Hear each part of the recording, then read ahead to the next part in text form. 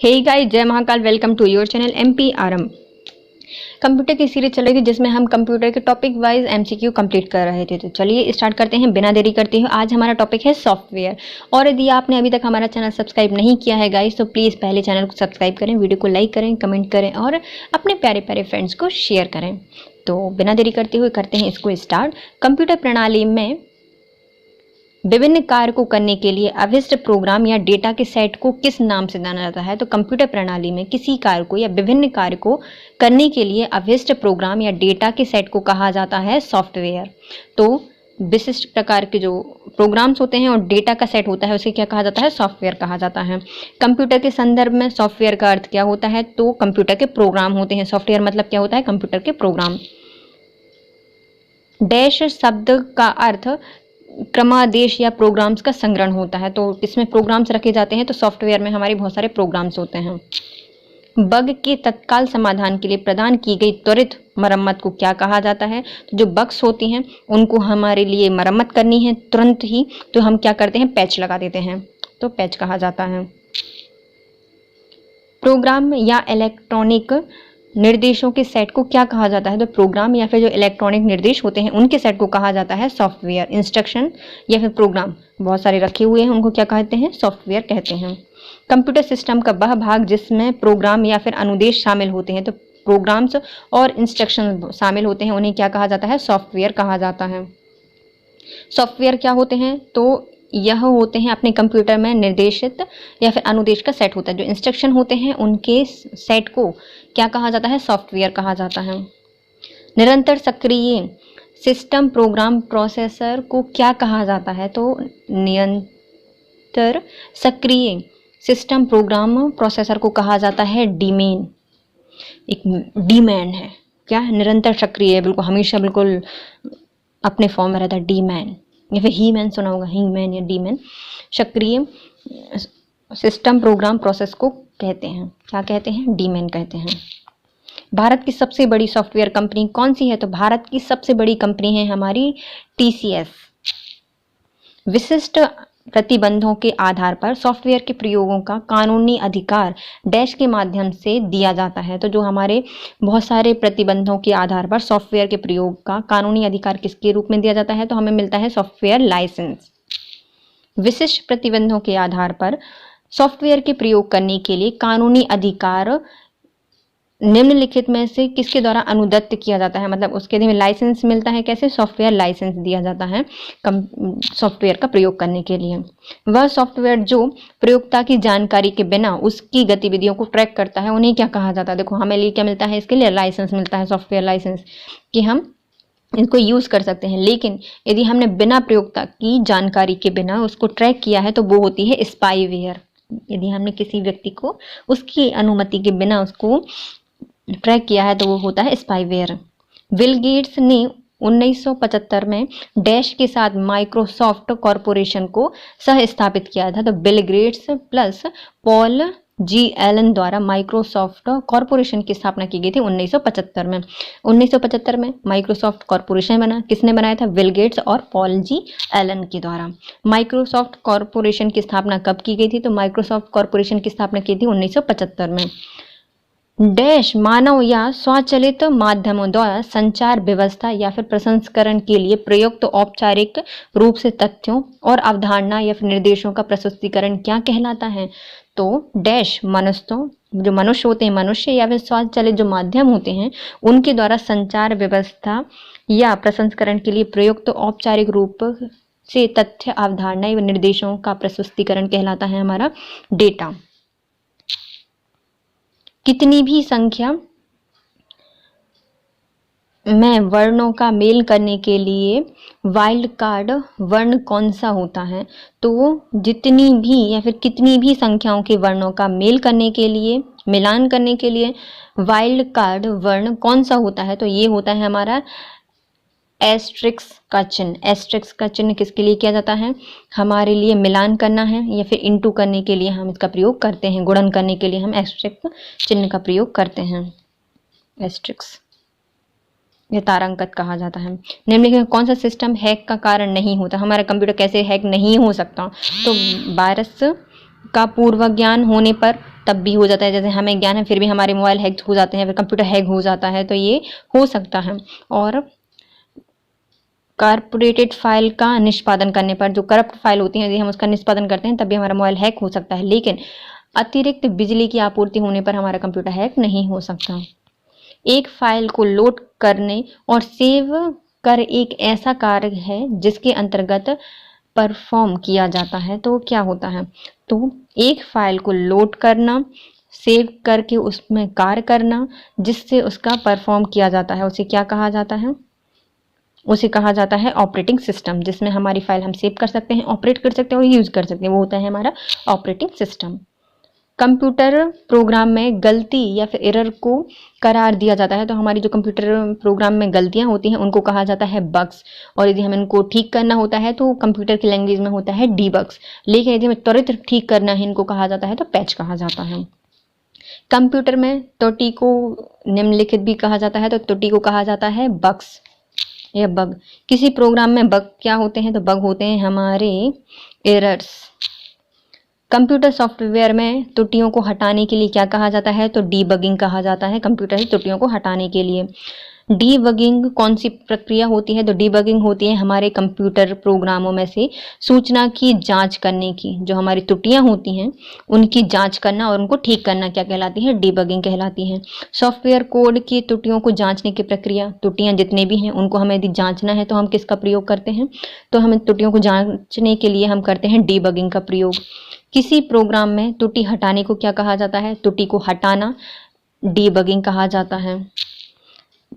तर्क संगत त्रुटियों के विलोपन की प्रक्रिया क्या कहा जाता है? तो तर्क संगत जो त्रुटियां होती हैं उनका विलोपन मतलब ठीक करना प्रक्रिया कहलाती है डीबगिंग।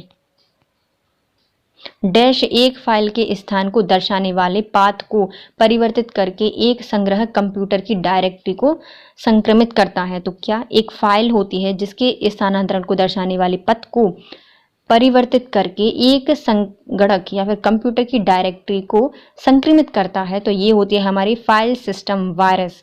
ये क्या करती है? हमारी जो डायरेक्टरी होती है उसको संक्रमित कर देता है, तो फाइल सिस्टम वायरस। कंप्यूटर तंत्र के कार्य करने के लिए निम्नलिखित में से कौन सा प्रोग्राम अनिवार्य है? तो हमारे कंप्यूटर को कार्य कराना है तो उसमें होना चाहिए हमारा प्रचलन तंत्र। क्या होना चाहिए? प्रचलन तंत्र, कंप्यूटर तंत्र। सत्य और असत्य बताना है। ऑपरेटिंग सिस्टम एक मानव एक मशीन के बीच एक इंटरफेस होता है, तो ये सही है। क्या है? जो ऑपरेटिंग सिस्टम होता है वो मानव और जो मशीन होते हैं उनके बीच में एक इंटरफेस प्रोवाइड करता है। ऑपरेटिंग सिस्टम एक एप्लीकेशन सॉफ्टवेयर है नहीं, जो ऑपरेटिंग सिस्टम है वो एप्लीकेशन सॉफ्टवेयर नहीं या प्रोग्राम नहीं होता। ऑपरेटिंग सिस्टम क्यू की अवधारणा का उपयोग निम्नलिखित में से किस कार्य में करती है? तो ऑपरेटिंग सिस्टम क्यू की अवधारणा का प्रयोग हम करते हैं, यह कई प्रक्रियाओं को निष्पादित करते समय। ऑपरेटिंग सिस्टम की जो क्यू अवधारणा होती है हम उसका प्रयोग कब करते हैं? बहुत सारी प्रक्रियाओं को निष्पादित करते समय, कार्य क्रियान्वयन के मामले में, एक हार्डवेयर डिवाइस के संबंध में और थ्रेडिंग अवधारणा के मामले में हम करते हैं। जो क्यू अवधारणा होती है उसका प्रयोग हम कब करते हैं? प्रक्रियाओं को निष्पादन करने में, हार्डवेयर डिवाइस के संबंध में करते हैं और थ्रेडिंग अवधारणा में भी हम इसका प्रयोग करते हैं। डैश उपयोगकर्ता और कंप्यूटर हार्डवेयर संसाधनों के बीच एक इंटरफेस के रूप में कार्य करता है, तो जो उपयोगकर्ता मतलब यूजर और कंप्यूटर हार्डवेयर के संसाधनों के बीच में इंटरफेस प्रोवाइड करता है, तो वो होता है हमारा ऑपरेटिंग सिस्टम। डैश एक जटिल सॉफ्टवेयर है जो हार्डवेयर संसाधनों और कंप्यूटर प्रणाली की कार्यात्मकता की व्यवस्था करने के लिए जिम्मेदार होता है। तो एक जटिल सॉफ्टवेयर है जो कि हार्डवेयर संसाधनों मतलब जो हमारे जितने भी हार्डवेयर हैं वो और कंप्यूटर की प्रणाली की कार्यात्मक व्यवस्था करने के लिए जिम्मेदार होता है, तो वो होता है हमारा ऑपरेटिंग सिस्टम। इनमें से कौन सा ऑपरेटिंग सिस्टम नहीं है? तो कौन सा ऑपरेटिंग सिस्टम नहीं है? डॉस है, लाइनेक्स है और विंडोज है, लेकिन ओरेकल ऑपरेटिंग सिस्टम नहीं है। ऑपरेटिंग सिस्टम एक प्रकार का क्या होता है? तो ऑपरेटिंग सॉफ्टवेयर होता है एक सिस्टम सॉफ्टवेयर। ऑपरेटिंग सिस्टम क्या है? System software. विंडोज 95 डैश है, तो विंडोज 95 है एक प्रकार का ऑपरेटिंग सिस्टम या फिर प्रचलन प्रणाली जिसके बिना कंप्यूटर कार्य नहीं करता। तत्काल मैसेजिंग एप्लीकेशन जो कि विंडोज ऑपरेटिंग सिस्टम में आता है उसे क्या कहा जाता है? तो मैसेजिंग एप्लीकेशन जो कि विंडोज़ ओएस या फिर ऑपरेटिंग सिस्टम में आता है उसे कहा जाता है हमारा विंडोज़ मैसेंजर। विंडोज़ मैसेंजर क्योंकि विंडो का है वो। निम्नलिखित में कौन सा एक ऑपरेटिंग सिस्टम नहीं है? तो कौन सा ऑपरेटिंग सिस्टम नहीं है? लाइनेक्स होता है, विंडोज़ होता है, एंड्रॉयड भी एक ऑपरेटिंग सिस्टम है, लेकिन अपाचे एक ऑपरेटिंग सिस्टम नहीं है। निम्नलिखित में कौन सा एक ऑपरेटिंग सिस्टम नहीं है? तो ऑपरेटिंग सिस्टम कौन सा नहीं है? एंड्रॉयड होता है, लाइनेक्स होता है, पावर पॉइंट एक ऑपरेटिंग सिस्टम नहीं है बल्कि ये क्या है? एप्लीकेशन सॉफ्टवेयर है, और वो iOS एक भी एक ऑपरेटिंग सिस्टम है। विषम शब्द को चुनना है तो हमें विषम शब्द MS DOS ऑपरेटिंग सिस्टम है, यूनिक्स ऑपरेटिंग सिस्टम है, विंडोज़ 98 ऑपरेटिंग सिस्टम है, लेकिन एक्सेल क्या है? हमारा एक एप्लीकेशन है सॉफ्टवेयर। डैश सिस्टम सॉफ्टवेयर जो कि कंप्यूटर के हार्डवेयर और सॉफ्टवेयर रिसोर्स का प्रबंधन और कंप्यूटर प्रोग्रामों के लिए कॉमन सेवाएं प्रदान करता है, उन्हें क्या कहा जाता है? तो सिस्टम सॉफ्टवेयर है जो कंप्यूटर हार्डवेयर और सॉफ्टवेयर रिसोर्स का प्रबंधन करता है, उनके प्रोग्रामों की कॉमन सेवाएं प्रदान करता है, उसे कहा जाता है हमारा ऑपरेटिंग सिस्टम। क्या होता है? ऑपरेटिंग सिस्टम क्या है? एक सिस्टम सॉफ्टवेयर है जो कि कंप्यूटर के हार्डवेयर और जो रिसोर्स होते हैं उनके बीच में प्रबंधन करता है और कार्यक्रमों की जो कॉमन सेवाएं होती हैं उनको प्रदान करता है। डिस्क प्रबंधन के दौरान फाइलों के भंडारण, पुनर्प्राप्ति और हटाने के कार्य संचालन को किस रूप से जाना जाता है? तो डिस्क प्रोग्राम के दौरान फाइलों का भंडारण करना, उनकी पुनरावृत्ति करना, उनको हटाना, ये आता है हमारे फाइल सिस्टम प्रबंधन के अंतर्गत। फाइल सिस्टम प्रबंधन के अंतर्गत क्योंकि फाइल से संबंधित है। फाइलों का भंडारण करना, उनकी पुनरावृत्ति करना, उनको हटाना किसके अंतर्गत आता है? फाइल सिस्टम प्रबंधन के अंतर्गत आता है। ऑपरेटिंग सिस्टम एक प्रकार का क्या होता है? तो ऑपरेटिंग सिस्टम एक प्रकार का है हमारा सिस्टम सॉफ्टवेयर। निम्नलिखित में कौन सा एक ऑपरेटिंग सिस्टम नहीं है? तो विंडोज़, यूनिक्स और जो MS DOS है ये हमारे ऑपरेटिंग सिस्टम है, लेकिन जो पेंटियम है ये ऑपरेटिंग सिस्टम नहीं, ये प्रोसेसर है ना। विंडोज़ 10 क्या है? तो विंडोज़ 10 है हमारा एक ऑपरेटिंग सिस्टम। विंडोज़ 10 क्या है? एक ऑपरेटिंग सिस्टम। दिए गए विकल्पों में से विषम को ज्ञात करना है। इसमें कौन सा विषम दिया गया है? विंडोज़, लाइनेक्स और यूनिक्स, ये सब क्या है? हमारे डिफरेंट है, लेकिन माइक्रोसॉफ्ट ऑफिस डिफरेंट है। ऑपरेटिंग सिस्टम कौन कौन से हैं? यूनिक्स है, लाइनेक्स है और यूनिक्स, विंडोज़। निम्नलिखित में कौन सा GUI आधारित ऑपरेटिंग सिस्टम है? तो ग्राफिकल यूजर इंटरफेस GUI का फुल फॉर्म होता है और इसकी बेस्ड है हमारा विंडोज़। विंडोज़ किस पर वर्क करता है? तो GUI पर वर्क करता है। लाइनेक्स पर आधारित ऑपरेटिंग सिस्टम कौन सा है? तो कौन सा है जो कि लाइनेक्स पर वर्क करता है? तो डेबियन, फेडोरा और अवंतु, डेबियन और फेडोरा, ये सब किस पे काम करते हैं? लाइनेक्स पे करते हैं। डेबियन DVD, अवंतु मतलब घूमने वाला है ना, अवंतु को डोरा, तो फेडोरा, एवियन और अवंतु के किस पे काम करते हैं? लाइनेक्स पे काम करते हैं, लाइनेक्स पे जाते हैं सीधे सीधे। निम्न में कौन सा ऑपरेटिंग सिस्टम का के उदाहरण है? तो कौन से ऑपरेटिंग सिस्टम के उदाहरण हैं? डॉस भी एक ऑपरेटिंग सिस्टम है, यूनिक्स भी है और ऑपरेटिंग सिस्टम, ये सभी क्या है? हमारे ऑपरेटिंग सिस्टम हैं। लाइनेक्स, यूनिक्स, डॉस ये सब ऑपरेटिंग सिस्टम हैं। डॉस का पूर्ण रूप क्या होता है? तो डॉस का पूर्ण रूप होता है हमारा डिस्क ऑपरेटिंग सिस्टम। निम्नलिखित में कौन सा लाइनेक्स का मुख्य उदाहरण है जो कि हार्डवेयर के साथ इंटरेक्ट करता है? तो हार्डवेयर के साथ इंटरेक्ट करने वाला लाइनेक्स का मुख्य घटक कौन सा होता है? तो ये होता है कर्नेल। कर्नेल क्या होता है? लाइनेक्स का एक घटक होता है जो कि हार्डवेयर के साथ इंटरेक्ट करता है और कर्नेल को ही लाइनेक्स का हृदय कहा जाता है। निम्नलिखित में कौन सी एक यंत्र सामग्री नहीं है? तो यंत्र सामग्री नहीं है हमारी कीबोर्ड होती है, प्रिंटर होता है, माउस होता है, लेकिन हमारा जो प्रचलन तंत्र मतलब ऑपरेटिंग सिस्टम है वो एक तंत्र सामग्री नहीं है। निम्नलिखित में कौन सा एक ऑपरेटिंग सिस्टम नहीं है? तो ऑपरेटिंग सिस्टम कौन सा नहीं है? तो विंडोज़ होती है, लाइनेक्स, यूनिक्स होते हैं, एप्पल का मैक ऑपरेटिंग सिस्टम है, लेकिन माइक्रोसॉफ्ट ऑफिस एक ऑपरेटिंग सिस्टम नहीं है। निम्नलिखित में कौन सा एक हार्डवेयर यूनिट नहीं है? तो हार्डवेयर अपना लाइट पेन होता है, MICR होता है और बारकोड रीडर होता है, लेकिन ऑपरेटिंग सिस्टम एक हार्डवेयर नहीं है। कंप्यूटर को चलाने के लिए मूलभूत आवश्यकताएं क्या होती हैं? तो कंप्यूटर को चलाने के लिए आवश्यक होता है हमारा ऑपरेटिंग सिस्टम। कंप्यूटर को संचालित करने के लिए सामान्य आवश्यकताएं कौन सी हैं? तो कंप्यूटर को यदि हमें संचालित करना है तो हमारे लिए आवश्यक होता है ऑपरेटिंग सिस्टम, जो कि उसको ऑपरेट करता है। निम्नलिखित में कौन सा एक संसाधन प्रबंधक के रूप में कार्य करता है, जो उपयोगकर्ता और हार्डवेयर के बीच में इंटरफेस प्रदान करता है? तो उपयोगकर्ता और हार्डवेयर के बीच में इंटरफेस प्रोवाइड करता है जो संसाधन प्रबंधक है, वो क्या होता है? ऑपरेटिंग सिस्टम होता है, इंटरफेस प्रोवाइड करता है। कंप्यूटर के बेसिक फंक्शन को कौन सा प्रोग्राम नियंत्रित करता है? तो कंप्यूटर के जितने भी बेसिक प्रोग्राम्स होते हैं, फंक्शन होते हैं, उनको नियंत्रित करने के लिए ऑपरेटिंग सिस्टम जिम्मेदार होता है।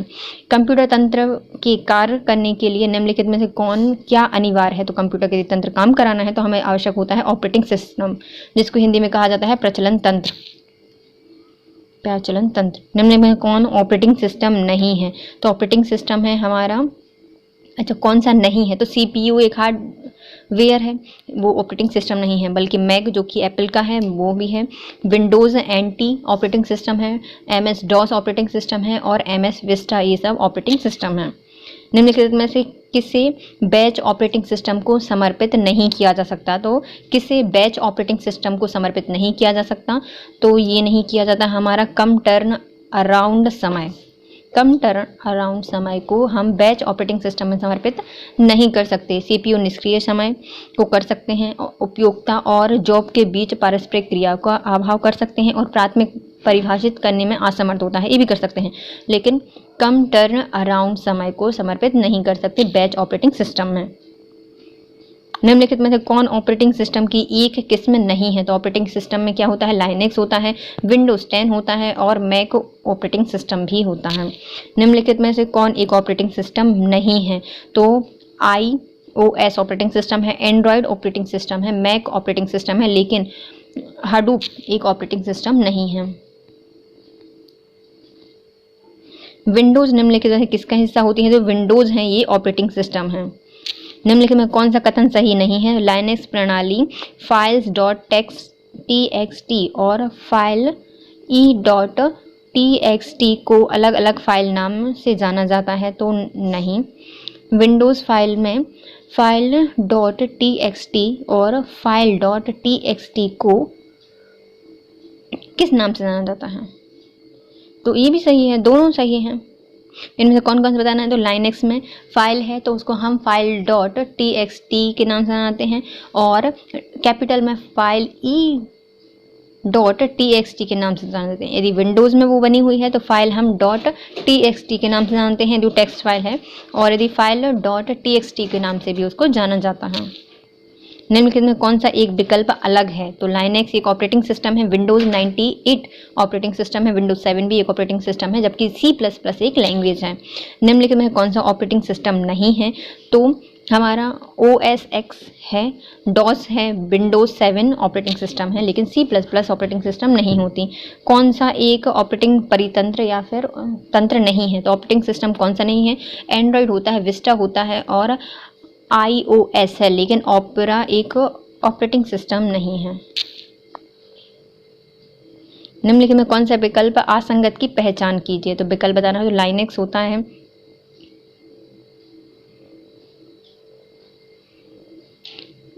यूवेंटिक और ओपन VSD ऑपरेटिंग सिस्टम है। लाइनेक्स यूनिक्स पे काम करते हैं, जो लाइनेक्स और iOS डिफरेंट है। क्या ऑपरेटिंग सिस्टम का एक प्रकार नहीं है? तो ऑपरेटिंग सिस्टम का कौन सा प्रकार नहीं होता?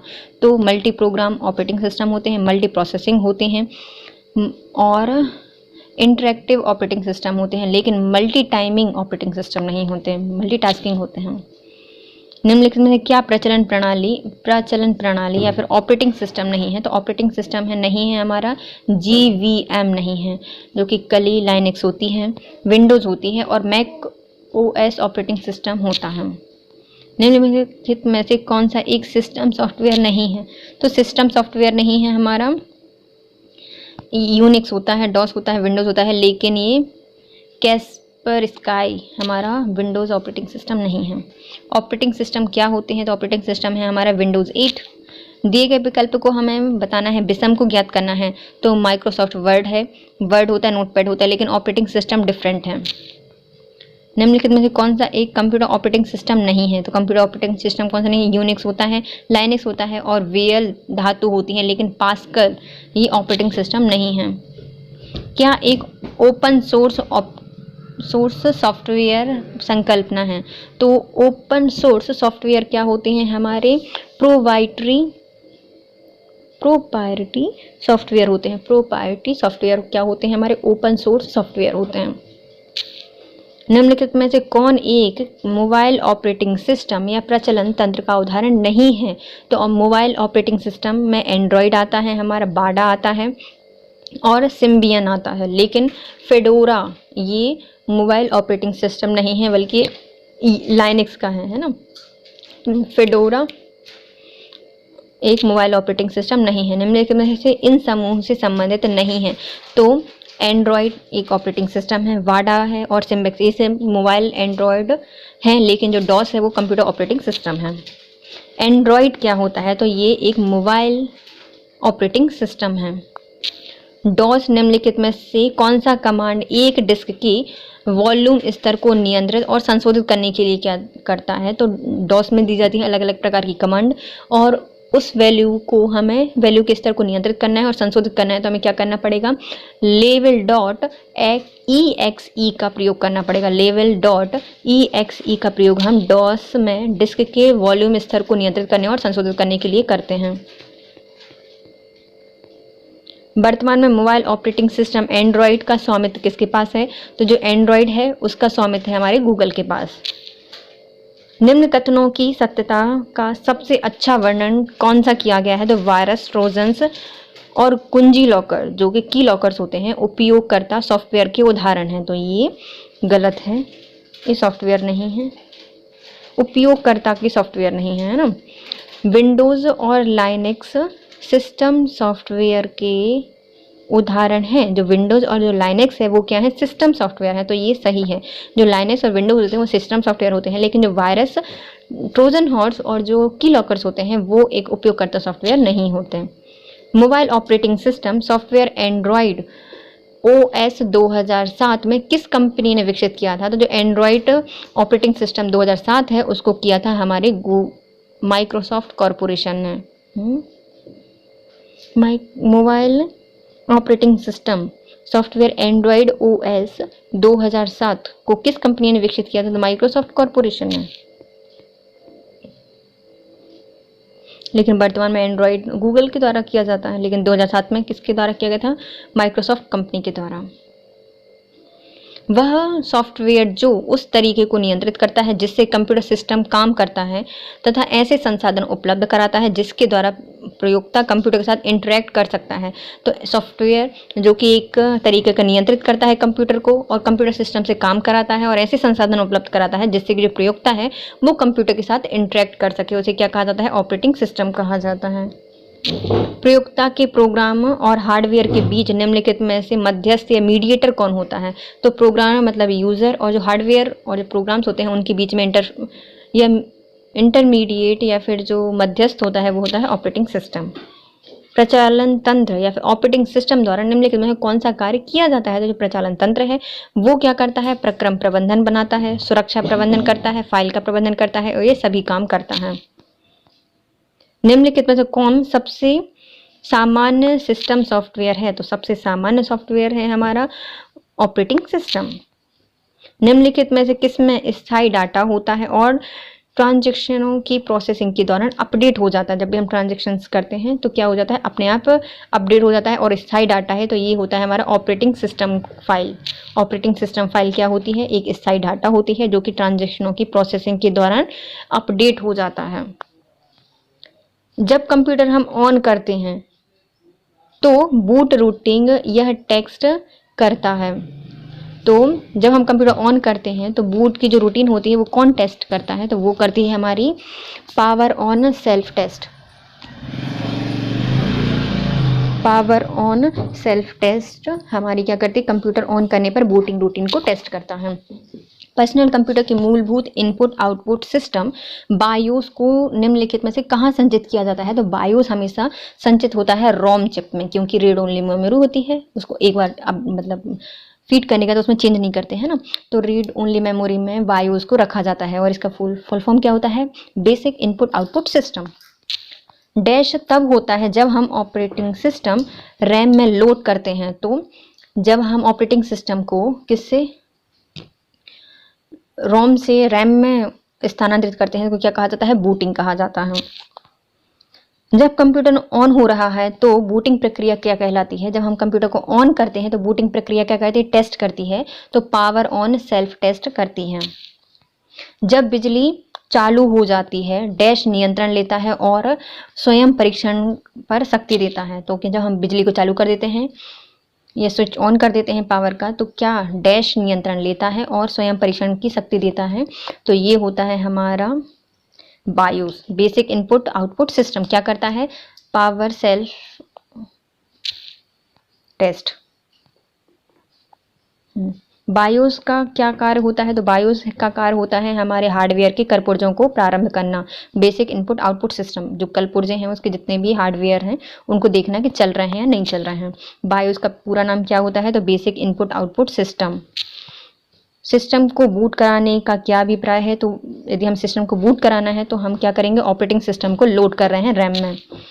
कौन सी कोटि बायोस को सर्वोत्तम परिभाषित करती है? तो हमें बायोस को बताना है कि क्या होता है। तो बायोस है एक फर्मवेयर। कौन है? फर्मवेयर है, फर्मवेयर। बायोस क्या है? हमारा फर्मवेयर। बायोस जो पीसी के ऑपरेटिंग सिस्टम का एक हिस्सा है, किसमें संग्रहित रहता है? तो जो हमारा बायोस होता है वो होता है रोम में। निम्नलिखित में कौन सा विकल्प कंप्यूटर बूटिंग प्रक्रिया का सबसे अच्छा वर्णन करता है? तो कंप्यूटर की यदि बूटिंग प्रक्रिया करनी है तो सबसे अच्छा वर्णन हम क्या करेंगे कि इसमें ऑपरेटिंग सिस्टम को हार्ड डिस्क से मेमोरी में डाला जाता है, जो मुख्य मेमोरी होती है उसमें, और कंप्यूटर को उपयोगकर्ता के प्रोग्रामों को निष्पादित करने के लिए तैयार किया जाता है। तो ऑपरेटिंग सिस्टम क्या होते हैं या फिर बूटिंग प्रक्रिया क्या होती है? तो बूटिंग प्रक्रिया होती है जिसमें जो ऑपरेटिंग सिस्टम होता है वो हार्ड डिस्क से मुख्य मेमोरी में कंप्यूटर के प्रोग्राम में प्रयोगकर्ता के लिए प्रोग्राम को निष्पादित करता है, उसे कहा जाता है बूटिंग। और ये दो प्रकार की होती है, कोल्ड बूटिंग और वार्म बूटिंग। पोस्ट क्या होता है? POST का होता है पावर ऑन सेल्फ टेस्ट, जो कि बायोस करता है। जब आप कंप्यूटर बूट करते हैं तो क्या होता है? तो जब हम कंप्यूटर ऑन करते हैं तो जो हमारा ऑपरेटिंग सिस्टम है वो डिस्क से, जो हार्ड डिस्क होती है उससे जो इंस्ट्रक्शन या फिर प्रोग्राम होता है उसको रैम में कॉपी करता है। बूटिंग एक टर्म है जो कि प्रदर्शित करने के लिए प्रयोग किया जाता है। तो हमारा बूटिंग क्या है? बूटिंग एक प्रोसेस है जो कि loading of the operating system program from the disk to memory क्या करता है? हमारे प्रोग्राम को लोड करता है डिस्क से मेमोरी में, उसे क्या कहा जाता है? बूटिंग कहा जाता है। बूटिंग कंप्यूटर सिस्टम की वह प्रक्रिया है जिसमें जो हमारी हार्ड डिस्क है इससे मुख्य मेमोरी में ऑपरेटिंग सिस्टम को लाया जाता है। तो हार्ड डिस्क के मुख्य मेमोरी में लाया जाता है ऑपरेटिंग सिस्टम से बूटिंग। जब कंप्यूटर स्विच ऑन किया जाता है तथा ऑपरेटिंग सिस्टम हार्ड डिस्क से मेन मेमोरी में लोड होता है तो यह प्रक्रिया क्या कहलाती है? जब हम कंप्यूटर को ऑन करते हैं तो जो ऑपरेटिंग सिस्टम होता है वो हार्ड डिस्क की मेन मेमोरी में चला जाता है, इसे कहा जाता है बूटिंग। और ये कौन सी होती है? हमारी कोल्ड बूटिंग। वह सही विकल्प ज्ञात कीजिए जो बूटिंग के समय स्वचालित रूप से स्थापित करने के लिए लाइनेक्स में संचरित प्रणालियों से युक्त संचिकाएं या फाइल दर्शाता है। तो इनमें से हमें कौन सा लाइनेक्स में संचित प्रणाली में प्रयुक्त संचिकाएं फाइल को दर्शाता है? तो ये दर्शाता है /etc/fstab। ये हमें क्या दिखाता है? लाइनेक्स संचिकाओं की प्रणाली या फाइल को दर्शाता है। कंप्यूटर के घटक उचित रूप से जोड़े गए हैं तथा कार्यरत हैं, इन्हें सुनिश्चित करने वाली कौन सी जांच प्रक्रिया होती है? तो मतलब जो कंप्यूटर के घटक हैं या फिर जो इंस्ट्रूमेंट हैं उनके वो उससे जुड़े गए हैं और कार्यरत हैं, यह सुनिश्चित करने वाली प्रोसेसिंग क्या कहलाती है? बूटिंग कहलाती है। पीसी के छोटे प्रारंभिक प्रोग्राम को क्या कहा जाता है? तो पीसी के छोटे प्रारंभिक प्रोग्राम को कहा जाता है बूटिंग प्रोग्राम। वह कौन सा ऑपरेटिंग सिस्टम है जो कि डिवाइस में स्वतः पूर्ण है और रैम में रहता है, मतलब रोम में रहता है? तो ऐसा कौन सा ऑपरेटिंग सिस्टम है जो कि डिवाइस में स्वतः पूर्ण होता है और रोम में रहता है? तो वो है हमारा एम्बेडेड ऑपरेटिंग सिस्टम। स्वतः पूर्ण है और रोम में रहता है, वो है एम्बेडेड ऑपरेटिंग सिस्टम। वह कौन सा प्रोग्राम है जो कि प्रोग्रामों को मेमोरी में रखता है और उन्हें निष्पादित करने के लिए तैयार करता है। तो ऐसा कौन सा प्रोग्राम है जो कि कहाँ रखता है? मेमोरी में रखता है प्रोग्रामों को और उन्हें निष्पादित करने के लिए तैयार करता है, उसे कहा जाता है लोडर। लोड करता है ना, निष्पादित करता है। विषम की पहचान करनी है तो इंटरप्रेटर, कंपाइलर और असेंबलर ये क्या होते हैं? हमारे ट्रांसलेटर होते हैं, जबकि ऑपरेटिंग सिस्टम डिफरेंट है। जब एक कंप्यूटर में दो प्रोसेसर लगाए जाते हैं तो उसे क्या कहा जाता है? तो उसे कहा जाता है पैरेलल प्रोसेसिंग। जब एक कंप्यूटर में दो प्रोसेसर लगाए जाते हैं उसे क्या कहा जाता है? Parallel processing. दो या अधिक प्रोसेसर द्वारा दो या अधिक प्रोग्रामों की साथ साथ प्रोसेसिंग क्या कहलाती है? तो दो या दो से अधिक प्रोग्रामों द्वारा दो या अधिक प्रोग्रामों की साथ साथ प्रोग्रामिंग कहलाती है।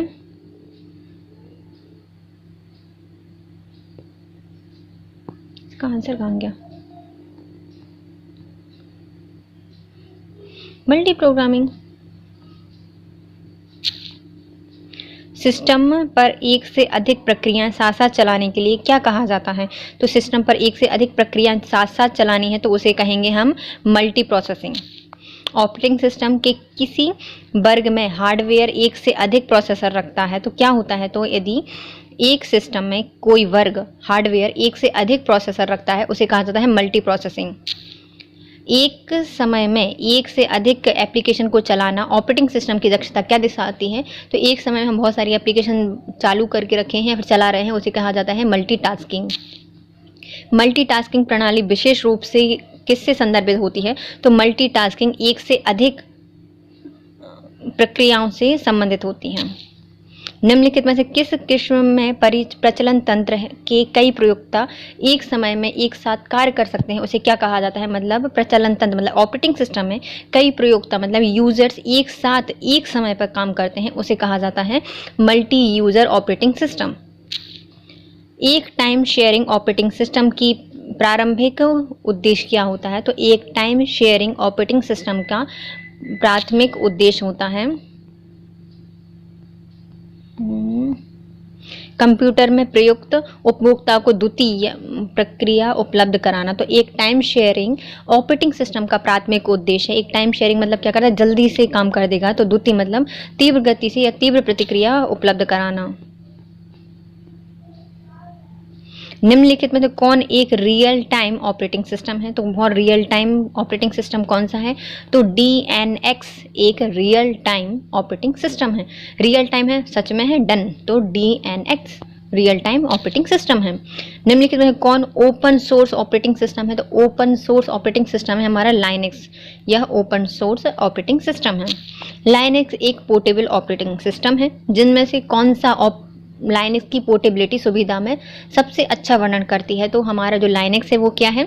एक पोर्टेबिलिटी सुविधा देता है और पोर्टेबल ऑपरेटिंग सिस्टम है। तो ये कौन बताता है? तो लाइनेक्स विभिन्न प्रकार के हार्डवेयर पर कार्य कर सकता है। जो ये हमारा लाइनेक्स होता है वो अलग अलग प्रकार के हार्डवेयर पर काम कर सकता है। लाइनेक्स में एक नई देशिका या फिर डायरेक्टरी बनाने के लिए कौन सी कमांड दी जाती है? तो हम इसको क्या करेंगे? MKDIR directory, make directory. तो हमें न्यू डायरेक्टरी बनानी है तो हमें कौन सी कमांड देनी पड़ेगी? MKDIR। लाइनेक्स किस किस्म का सॉफ्टवेयर होता है? तो लाइनेक्स है एक ओपन सोर्स ऑपरेटिंग सिस्टम। निम्नलिखित में से प्रचलन प्रणाली कौन सी है? तो इनमें से कौन सी ऑपरेटिंग सिस्टम है? हमारा Linux open source operating system है। लाइनेक्स एक क्या है? Open source operating system.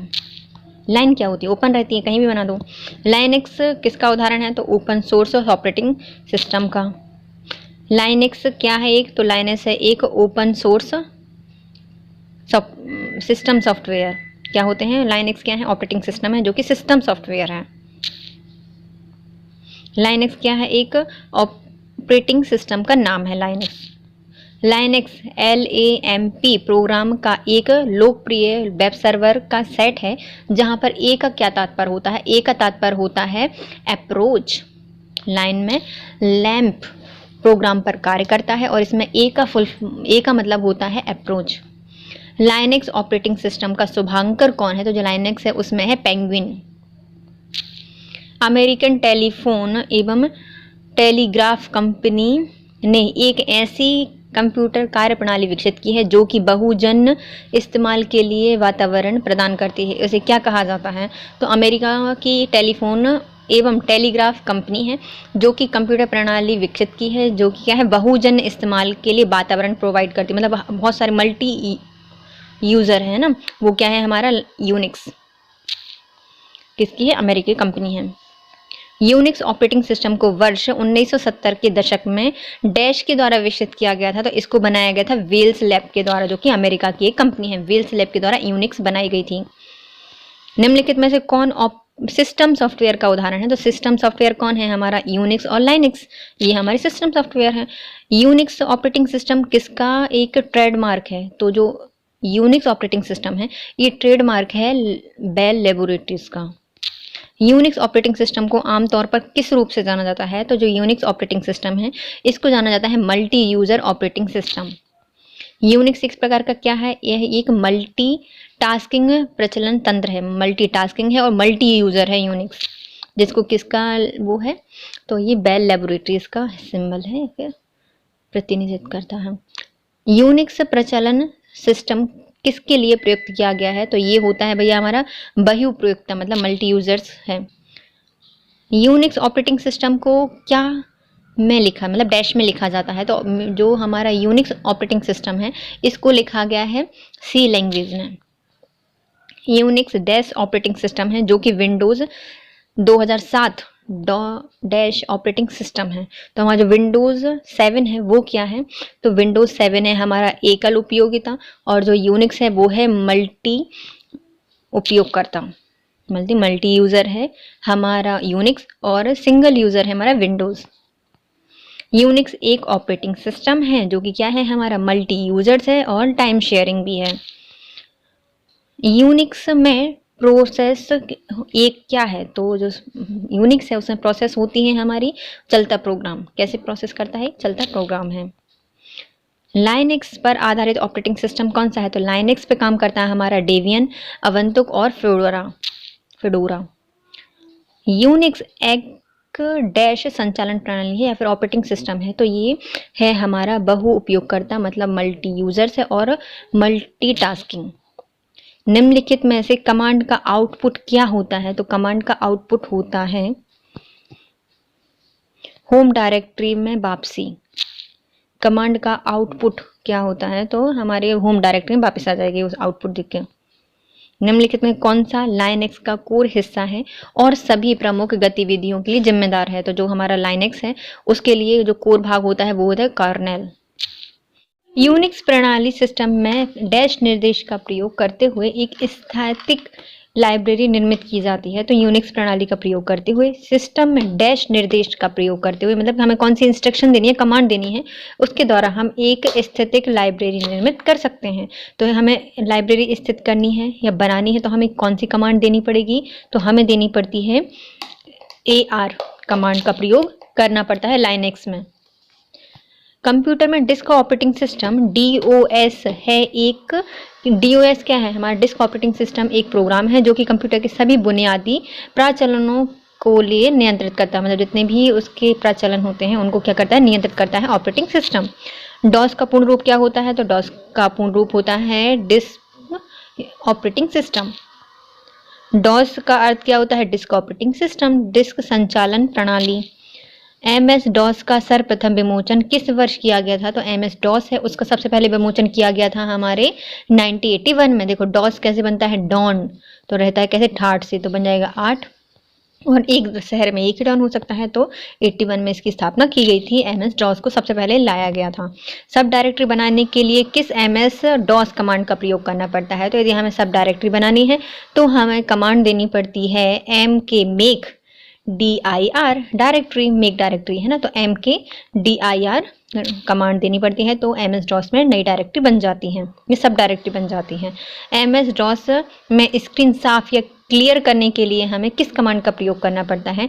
तो यदि हमें पूरी स्क्रीन को साफ करना है, क्लियर करना है, तो CLS क्लियर्स का हमें कमांड देनी पड़ी है, CLS कमांड देनी पड़ती है। निम्नलिखित में से कौन सा प्रचलन तंत्र माइक्रोसॉफ्ट द्वारा विकसित किया गया है?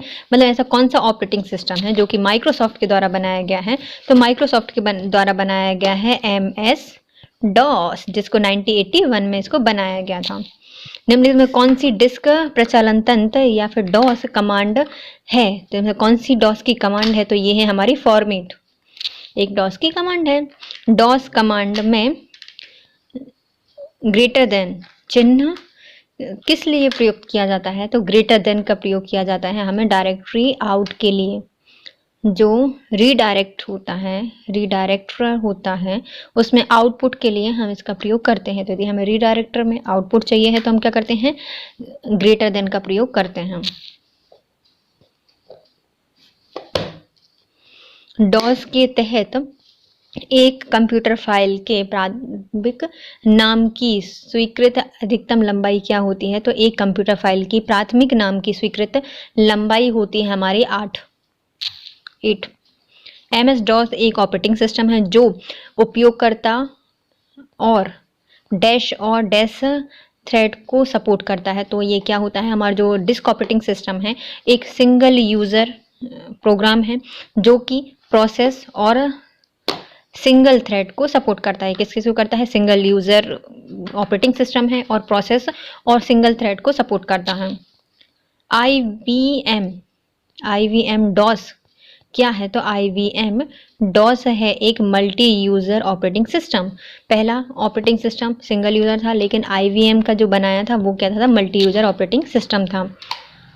कंप्यूटर में योसेमाइट, मावेरिक्स, माउंटेन लायन और snow Leopard, Tiger, Panther, Jaguar, Puma, चीता किसको संदर्भित करते हैं? तो कंप्यूटर में योसेमाइट मतलब योसेमाइट,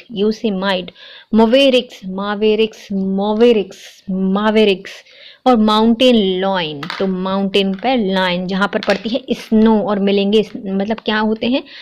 माउंटेन पे क्या होते हैं? माउंटेन लायन मिलते हैं, वहाँ पे होते हैं स्नो लेपर्ड और वहाँ पे होते हैं टाइगर, पैंथर, जैगुआर और हमें प्यूमा और चीता वहाँ पे मिलते हैं। तो ये सब क्या है? हमारे Mac operating system SK sons हैं। किसको संदर्भित करता है? तो Mac operating system SK sons के द्वारा बनाए गए होंगे। तो कौन कौन? Yosemite, Mavericks, Mountain Lion, Snow Leopard, Tiger, Panther, Jaguar, Puma, Cheetah, ये सब हमारे मैक OS SK सन्स हैं। मैक ऑपरेटिंग सिस्टम किसके द्वारा विकसित ऑपरेटिंग सिस्टम है? तो जो मैक ऑपरेटिंग सिस्टम है ये हमारे बनाया था एप्पल ने। तो एप्पल में अपन जो खरीदने होते हैं अपन मार्क लगा देते हैं ना। तो मैक ऑपरेटिंग सिस्टम किसने बनाया है? तो एप्पल द्वारा बनाया गया है। निम्नलिखित में कौन सा ऑपरेटिंग सिस्टम का आवश्यक फीचर नहीं है? तो ऑपरेटिंग सिस्टम का आवश्यक फीचर नहीं है हमारा डाउनलोड मैनेज करना। फाइल को मैनेज करता है, प्रोसेस को मैनेज करता है, मेमोरी को मैनेज करता है, लेकिन हमारे डाउनलोड मैनेजमेंट नहीं करता। डिस्क शेड्यूलिंग एल्गोरिदम में फीफो का मतलब क्या होता है? तो डिस्क शेड्यूलिंग एल्गोरिदम में हमारी जो फीफो होती है वो होती है fast in and fast out. FIFO का मतलब होता है फास्ट इन फास्ट आउट, जल्दी आओ जल्दी जाओ। फीफो डिस्क शेड्यूलिंग एल्गोरिथम में। वर्चुअल मेमोरी का आकार किस पर निर्भर करता है? तो जो वर्चुअल मेमोरी होती है उसका आकार निर्भर करता है एड्रेस लाइंस पर। जो एड्रेस की लाइन होती है उस पर हमारी जो वर्चुअल मेमोरी होती है वो निर्भर करती है। जितने लंबी एड्रेस लाइन होगी उतनी लंबी या फिर उतनी बड़ी क्या बन जाएगी? हमारी वर्चुअल मेमोरी बन जाएगी। आभासी मेमोरी क्या होती है? तो आभासी मेमोरी असीमित क्षमता की एक वोलेटाइल मेमोरी होती है। तो असीमित क्षमता होती है और क्या होती है? हमारी वोलेटाइल मेमोरी होती है। वर्चुअल मेमोरी का आकार निर्भर करता है, तो जो वर्चुअल मेमोरी होती है उसका आकार निर्भर करता है हमारे एड्रेस लाइन पर। उच्च स्तरीय भाषा को मशीन भाषा में परिवर्तित करता है और एक बार में एक ही निष्पादित करता है। तो हमारी जो उच्च स्तरीय भाषा होती हैं उनको निम्न स्तर की या फिर मशीन लैंग्वेज में परिवर्तित करने का काम दो करते हैं। एक करता है असेंबलर जो कि असेंबली भाषा को मशीन भाषा में चेंज करता है, और एक होता है कंपाइलर जो कि हाई लेवल लैंग्वेज को करता है लो लेवल या मशीन लैंग्वेज में चेंज। लेकिन जो हमारा कंपाइलर होता है वो एक बार में एक ही निर्देशित करता है, मतलब एक बार में सिर्फ एक लाइन ही करता है। तो क्या है ये हमारा कंपाइलर। कंप्यूटर की भाषा में कंपाइलर होता है। कंप्यूटर की भाषा में कंपाइलर क्या है? तो कंपाइलर है एक उच्च भाषा को मशीन भाषा में रूपांतरित करने वाला प्रोग्राम, जिसको क्या कहते हैं? ट्रांसलेटर कहा जाता है। कंपाइलर्स और ट्रांसलेटर एक तरह के क्या होते हैं, तो जो कंपाइलर और जो ट्रांसलेटर होते हैं वो एक प्रकार के सॉफ्टवेयर हैं। निम्नलिखित में से कौन सा एक सॉफ्टवेयर है, तो जो ट्रांजिस्टर नहीं, जो कंपाइलर होते हैं वो क्या है, एक सॉफ्टवेयर है जो कि ट्रांसलेटर सॉफ्टवेयर है। हाई लेवल लैंग्वेज में लिखे हुए अनुदेश या इंस्ट्रक्शन की श्रृंखला या प्रोग्राम को कंप्यूटर पर रन किए जा सकने वाले अनुदेश या इंस्ट्रक्शन या प्रोग्राम में बदलने में के लिए प्रयुक्त का नाम क्या है, तो कौन सी प्रक्रिया होती है, ट्रांसलेटिंग। कोई भी हाई स्तर की लैंग्वेज होती है उसको कंप्यूटर के समझने योग्य बनाने के लिए किसका प्रयोग करते हैं, ट्रांसलेटिंग का प्रयोग करते हैं। फिर आती है हार्डवेयर नहीं है, इनमें से कौन सा हार्डवेयर नहीं है, तो जो हमारे ट्रांसलेटर होते हैं वो हार्डवेयर नहीं होते, जैसे कि असेंबलर, कंपाइलर, ये हमारे क्या नहीं होते, हार्डवेयर नहीं होते।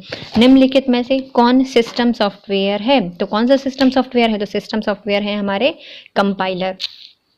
कंपाइलर क्या होता है, यह एक प्रोग्राम है जो कि कंपाइलर क्या होता है, यह एक प्रोग्राम है जो कि उच्च स्तर पर लिखी हुई भाषा के प्रोग्राम को मशीन भाषा में परिवर्तित करता है, उसे क्या कहा जाता है, कंपाइलर कहा जाता है। यह उच्च स्तर की लिखी हुई भाषा को क्या करता है, कंप्यूटर के समझने योग्य निम्न स्तरीय भाषा में परिवर्तित कर देता है, उसे कहा जाता है कंपाइलर। कंपाइलिंग डैश क्रिएट करता है, तो कंपाइलिंग क्या क्रिएट करता है, तो ये क्रिएट करता है एग्जीक्यूटेबल प्रोग्राम। एग्जीक्यूटेबल प्रोग्राम को कौन क्रिएट करता है, तो कंपाइलर। एग्जीक्यूटेबल प्रोग्राम, जैसे आप किसी को कोई बात समझा रहे हो, समझ नहीं रहे, क्या बोलेंगे, एक्सक्यूज मी, टेबल पर बैठो, तो एग्जीक्यूटिव टेबल प्रोग्राम किसको कहा जाता है, कंपाइलर क्रिएट करता है। एक कंप्यूटर प्रोग्राम जो सोर्स कोड को ऑब्जेक्ट कोड में बदल देता है, मतलब सोर्स कोड है उसको ऑब्जेक्ट कोड में बदल देता है, उसे क्या कहा जाता है, तो ये होता है हमारा कंपाइलर। एक सोर्स होता है, मतलब जो उसकी हाई लेवल लैंग्वेज है उसको निम्न लेवल में, तो जो हाई लेवल लैंग्वेज में कंप्यूटर की भाषा में नहीं बोलते हाई लेवल लैंग्वेज, उसको क्या बोलते हैं, सोर्स कोड बोलते हैं, और उसको निम्न स्तरीय भाषा में चेंज कर दिया है या फिर कंप्यूटर भाषा में चेंज कर दिया है, तो उसे क्या कहा जाता है, ऑब्जेक्ट कोड कहा जाता है। तो ये कौन करता है, कंपाइलर करता है। हटाई गई फाइल या फोल्डरों को कहाँ रखा जाता है, तो जितनी भी हटाई गई फाइल होती हैं उसको रिसाइकल बिन में रखा जाता है। यदि हमें रिसाइकल बिन में नहीं भेजना है तो हम शिफ्ट के साथ कंट्रोल का प्रयोग करते हैं। कंपाइलर क्या होता है, तो कंपाइलर एक मशीन का हिस्सा होता है, एक सॉफ्टवेयर है जो कि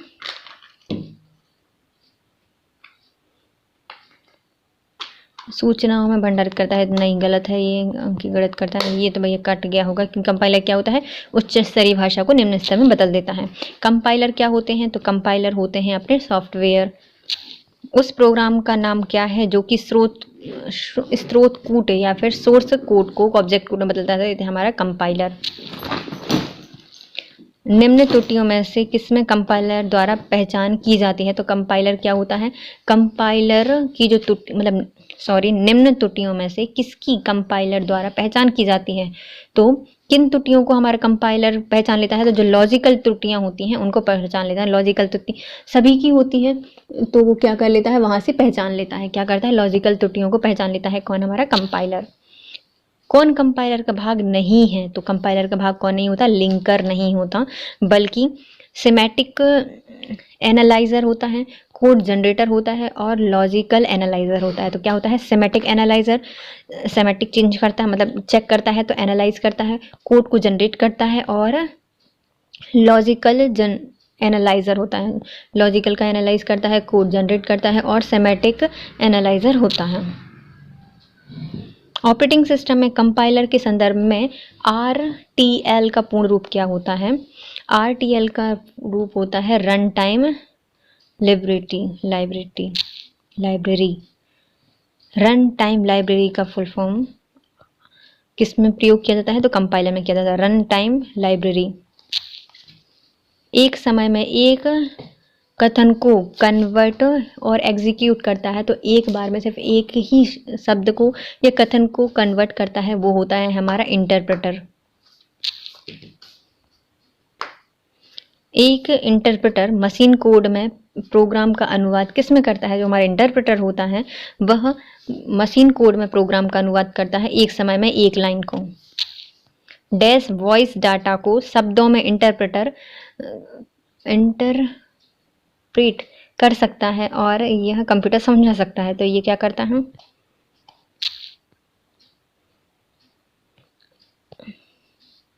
नहीं, word recognise software voice data को शब्दों में इंटरप्रेटेट करता है और ये कंप्यूटर समझ सकते हैं, तो ये वर्ड रिकॉग्नाइज इंटरप्रेटर करता है। निम्नलिखित में से कौन सा इंटरप्रेटर का गुण नहीं है? तो इंटरप्रेटर क्या करता है हमारा, एक इंटरप्रेटर हर एग्जीक्यूशंस में इंटरप्रेटेट करने के लिए प्रत्येक सोर्स लाइन को लाता है, तो ये गलत है। लेकिन क्या सही है? तो इंटरप्रेटर कंपाइलर की तुलना में धीमे होते हैं। इंटरप्रेटर मूल रूप से अनुवादक होते हैं। इंटरप्रेटर जो स्रोत फाइल होती है उसको ऑब्जेक्ट फाइल में चेंज करते हैं, तो ये भी सही है। लेकिन वो इंटरप्रेटर हर एग्जीक्यूटिव में इंटरप्रेट करने के लिए प्रत्येक सोर्स की लाइन नहीं लिखता, ये गलत है। कंपाइलर हाई लेवल प्रोग्राम को मशीन लेवल में चेंज या ट्रांसलेट करता है, उसे क्या कहा जाता है? तो ये होता है हमारा सोर्स कोड। सोर्स कोड को ऑब्जेक्ट कोड में बदलता है हमारा कंपाइलर। एक सोर्स प्रोग्राम क्या होता है? तो एक सोर्स प्रोग्राम होता है हमारी उच्च स्तरीय भाषा में लिखे हुए प्रोग्राम का मशीनी भाषा में रूपांतरण। क्या होता है? सोर्स होता है एक उच्च स्तरीय भाषा में लिखे हुए प्रोग्राम की मशीनी भाषा में रूपांतरण, source. Computer program high level language programming language में लिखे जाते हैं, तथापि प्रोग्राम के मानक माननीय पाठक को क्या कहा जाता है? तो computer program high level programming language में लिखे जाते हैं तथा प्रोग्राम के मानक पाठनीय पाठ को क्या कहा जाता है? तो इसको कहा जाता है सोर्स कोड, जिसको हम पढ़ सकते हैं। तो क्या कहा जाता है? सोर्स कोड कहा जाता है। मानवीय पठनीय पाठ को क्या कहा जाता है? सोर्स कोड कहा जाता है। एक इंटरप्रेटर मशीन कोड में प्रोग्रामों का अनुवाद करता है। जो इंटरप्रेटर मशीन होती है ये क्या करता है? एक समय में सिर्फ एक क्रम को ही अनुवाद करता है। वर्ड प्रोसेसिंग, स्प्रेडशीट और फोटो एडिटिंग निम्नलिखित में से किसका उदाहरण है? तो जो हमारा वर्ड प्रोसेसिंग है और स्प्रेडशीट है और जो फोटो एडिटिंग है ये सब हमारे एप्लीकेशन सॉफ्टवेयर हैं।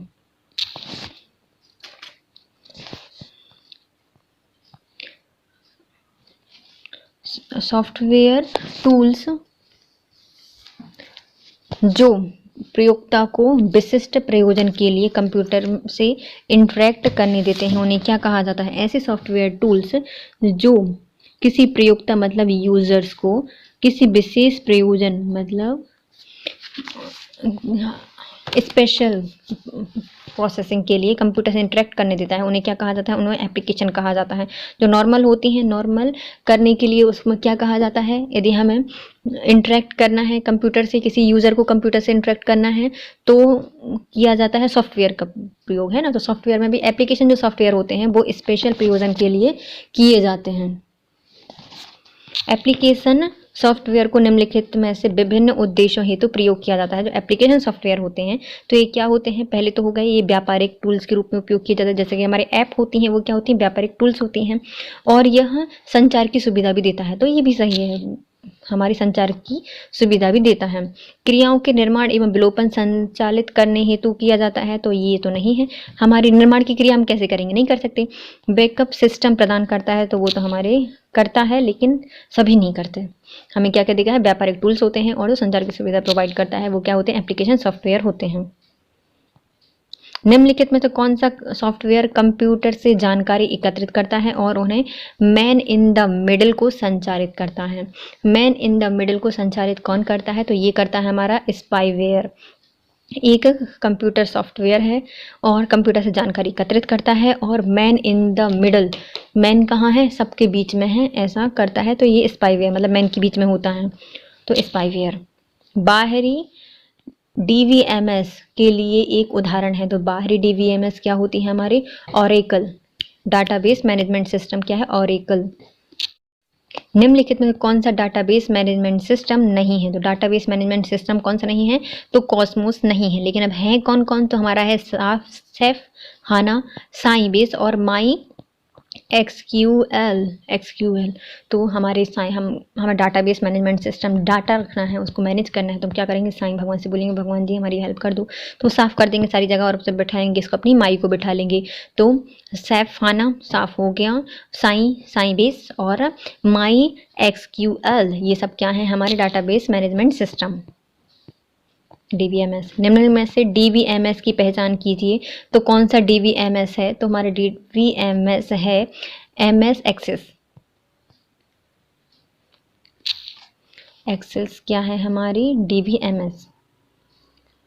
परस्पर संबद्ध डेटा एवं उस डेटा तक पहुंचने के लिए प्रोग्राम्स के एक सेट के एक संग्रहण को क्या कहा जाता है? तो परस्पर संबंधित डेटा और उस डेटा तक पहुंचने के लिए प्रोग्राम के एक सेट के संग्रहण को क्या कहा जाता है? तो ये कहा जाता है डाटाबेस मैनेजमेंट सिस्टम। एक संग्रहण डाटा है जो कि हमारे कंप्यूटर में रखा हुआ है, स्टोरेज डाटा है, और उस डाटा तक पहुंचने के लिए हमें जो प्रोग्राम्स होते हैं उनको क्या कहा जाता है? Database management system.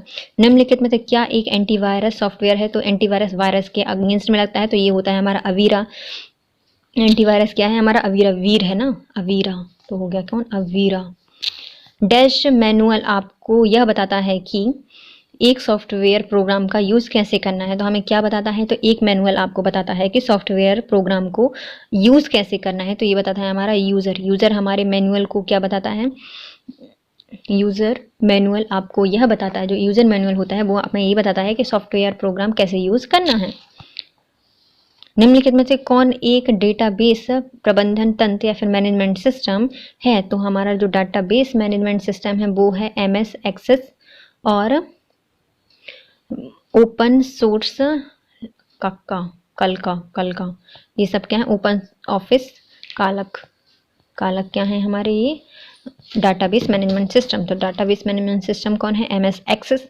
सर तो एक्सेस हमारे एक्सेस ले सकते हैं, किसका ले सकते हैं? हमारे ऑफिस का। तो ओपन हो जाएगा ना पूरा ऑफिस से, हमें एक्सेस मिल जाएगी। तो डाटाबेस मैनेजमेंट सिस्टम है हमारे MS एक्सेस। और एक है ओपन ऑफिस का जो सॉफ्टवेयर स्टोरेज को ऑर्गेनाइज करता है और सूचना को पुनः प्राप्त करता है, उसे क्या कहा जाता है? सॉफ्टवेयर को स्टोरेज को ऑर्गेनाइज करना, क्यों स्टोर है उसको ऑर्गेनाइज करना तथा सूचना को पुनः प्राप्त करना कहलाता है डाटाबेस प्रोग्राम। तो डाटा में जो रखा हुआ डाटा है उसको क्या करना? ऑर्गेनाइज करना, अच्छे से परफॉर्म करवाना और सूचना को पुनः प्राप्त करना, ये कहलाता है हमारा डाटाबेस प्रोग्राम। कंप्यूटर एप्लीकेशन को बनाने के लिए प्रयुक्त DVMS को क्या कहा जाता है? तो डेटाबेस मैनेजमेंट सिस्टम कहा जाता है DVMS को। डाटाबेस को मैनेज करने के लिए किसका प्रयोग किया जाता है? डाटाबेस को मैनेज करने के लिए हम प्रयोग करते हैं DVMS का। निम्नलिखित में कौन सा DVMS सॉफ्टवेयर नहीं है? तो DVMS सॉफ्टवेयर है हमारा oracle, Kalana, Sybase, SQL server, और लेकिन जो कोबोल है वो एक हाई लेवल लैंग्वेज है। आवश्यक डाटा, असंगत, निर्भरता और अनिर्धारित पहुंच संबंधी समस्या को कम करने की सुविधा उपलब्ध कराता है। तो डैश ये क्या है हमारा? DVMS है, जो कि आवश्यक डाटा, असंगतता, निर्भरता और अनाधिकृत पहुंच संबंधी सारी समस्याओं को कम करता है और सुविधा उपलब्ध कराता है। वो होता है हमारा डाटाबेस मैनेजमेंट सिस्टम। आवश्यक डाटा को रखता है, उसमें असंगत को बता देता है, निर्भरता बताता है, अनिर्धारित जो अनधिकृत होते हैं उनको भी क्या करता है? उनकी समस्याओं को भी कम करने की कोशिश करता है DVMS डाटाबेस मैनेजमेंट सिस्टम। की फोल्डर की प्राथमिक विशेषता क्या होनी चाहिए? जो हमारा की फोल्डर होता है उसकी विशिष्ट मतलब प्रमुख विशेषता क्या होनी चाहिए? तो वो विशिष्ट होना चाहिए भाई, स्पेशल होना चाहिए की फोल्डर। RDBMS में डेटा कहाँ रखा जाता है? तो RDBMS में रखा जाता है डेटा हमारे टेबल्स में। तो DVMS तो सही है, वही है DVMS डाटाबेस मैनेजमेंट। R क्या है? R तो रोमियो कहाँ बैठते हैं? टेबल्स में बैठते हैं हमेशा। तो RDBMS डेटा कहाँ रखता है? तो ये टेबल्स में रखता है। निम्नलिखित में कौन सा विकल्प डाटाबेस प्रबंधक का कार्य नहीं करता? तो डाटाबेस प्रबंधक का कार्य नहीं करता हमारी DVMS प्राप्त करना। तो DVMS को प्राप्त नहीं करता हमारा डेटाबेस प्रबंधक। और क्या करता है? डेटाबेस की डिज़ाइन करता है, डेटा डायरेक्टरी बनाता है, मतलब डेटा की रिकवरी करता है, डेटाबेस की डिज़ाइन बनता है, सिस्टम सुरक्षा को बनाए रखता है। तो ये कौन कौन करता है? डाटाबेस प्रबंधक। डाटाबेस प्रबंधक क्या करता है? डेटाबेस की डिज़ाइन बनाता है, डेटा की रिकवरी करता है, डेटा को सुरक्षित रखता है, लेकिन DVMS प्राप्त नहीं करता। संबंध परक डेटाबेस रिलेशनल डेटाबेस के लिए एक प्रचालन का मूल समुच्चय या सेट गठित करती है। तो जो हमारा संबंध परक है डेटाबेस वो किस डैश प्रचालन मूल समुच्चय सेट गठित करती है। तो मूल कौन बनाती है? तो ये बनाती है हमारी रिलेशनल अलजेब्रा। तो हमारे संबंध परक डेटाबेस के लिए प्रचालन का मूल समुच्चय है जो ऑपरेटिंग सिस्टम है, फिर ऑपरेटिंग का मूल हिस्सा कौन है, तो संबंध परक बीजगणित है या फिर रिलेशनल अलजेब्रा है। निम्नलिखित में से कौन तालिका संबंध नहीं है, तो तालिका का संबंध है 1 to की। 1 to की। निम्नलिखित में कौन सा विकल्प निर्दिष्ट करता है कि किसी एंटिटी की कितनी अवस्थाएं किसी अन्य एंटिटी की एक अवस्था से संबंधित है, तो हमें ये कौन बताता है, तो ये बताते हैं हमारे कोऑर्डिनलिटी कितना कोऑर्डिनेट करता है ना। तो हमें कौन सा विकल्प ये बताता है कि किसी एंटिटी की कितनी अवस्थाएं किसी अन्य एंटिटी की एक अवस्था से संबंधित है, तो कितनी अवस्थाएं कितनी अन्य एंटिटी की अवस्था से संबंधित है, तो ये हमें देता है कोऑर्डिनेलिटी। तालिका की पंक्ति क्या कहलाती है, तो तालिका की पंक्ति कहलाती है रिकॉर्ड। फाइल्स किस में रखी जाती हैं, तो रिकॉर्ड में रखी जाती है। डाटाबेस के संबंध में निम्नलिखित में से कौन सा सही मिलान है, तो डाटाबेस के संबंध में सही मिलान है हमारा, हम चेक कर लेते हैं, है ना।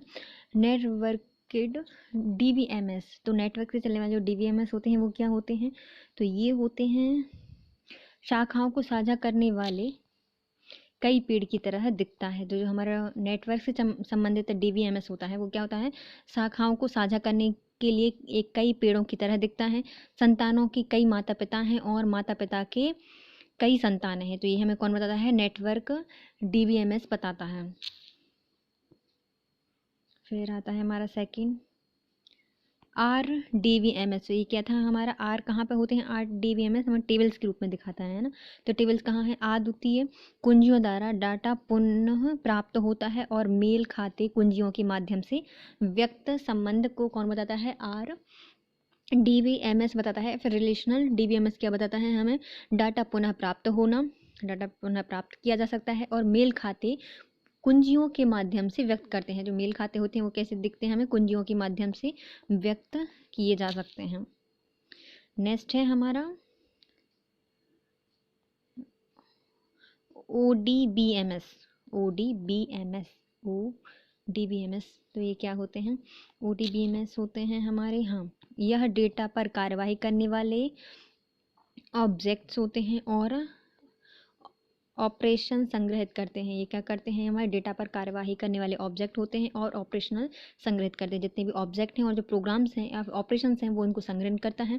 एप्लीकेशन ऑब्जेक्ट मैनेजर्स के साथ इंटरेक्ट करता है। जो एप्लीकेशन ऑब्जेक्ट होता है वो किसके साथ, मैनेजर्स के साथ इंटरेक्ट करता है जो ऑब्जेक्ट सोर्स तक पहुँच पाता है।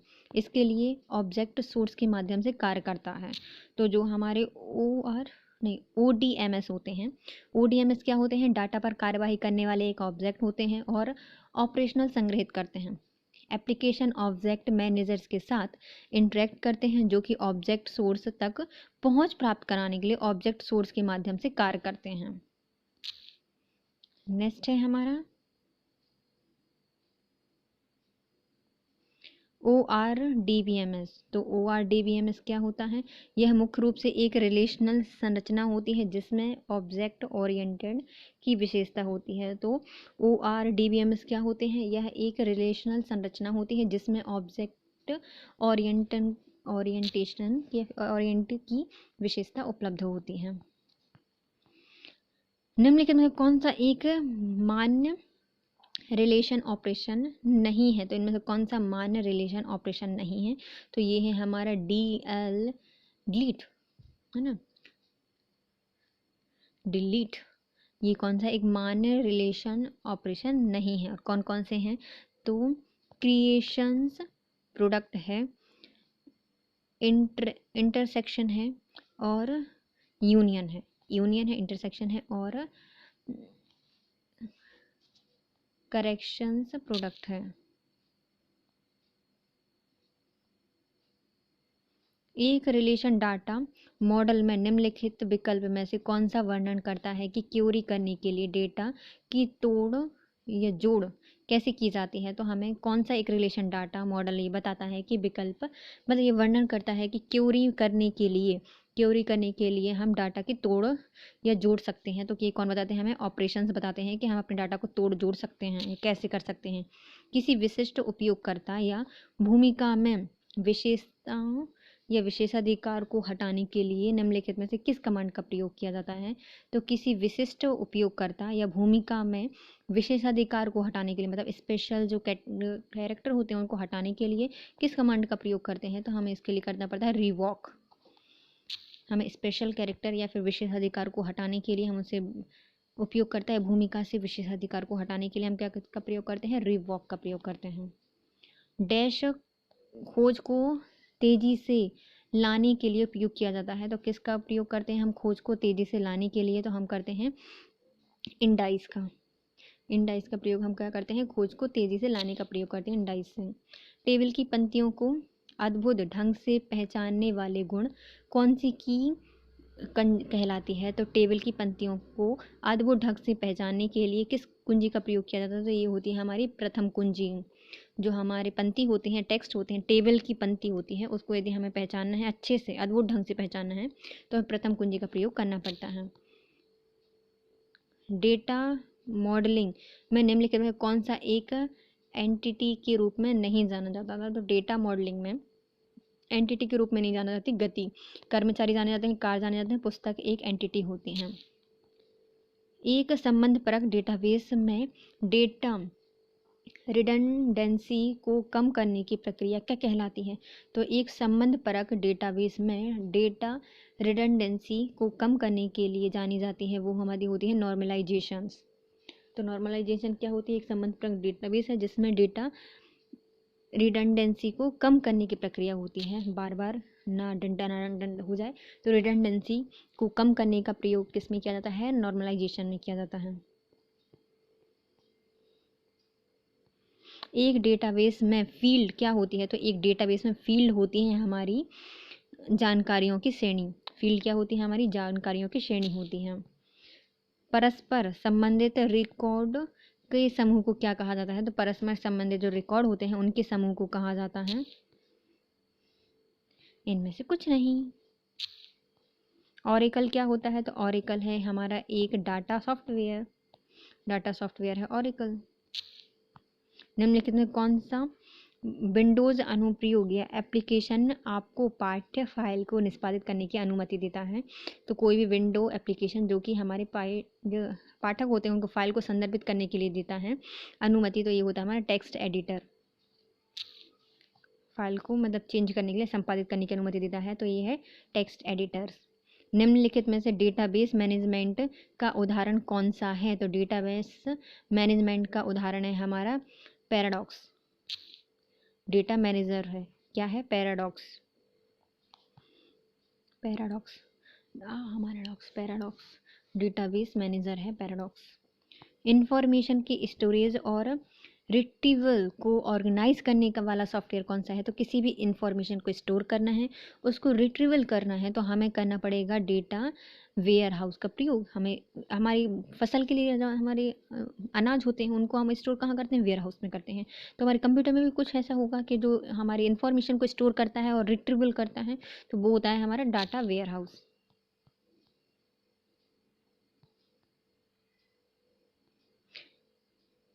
क्या है? एक डेटाबेस वेयरहाउस क्या होता है? तो एक डेटाबेस वेयरहाउस होता है हमारा एक महत्वपूर्ण विशेष क्षेत्र के आसपास संगठित रहता है। तो क्या होता है? एक विशेष क्षेत्र के आसपास संगठित क्षेत्र है डाटाबेस वेयरहाउस, जहाँ पर हमारा डाटा रखा रहता है और रिट्रीब्यूट करता है।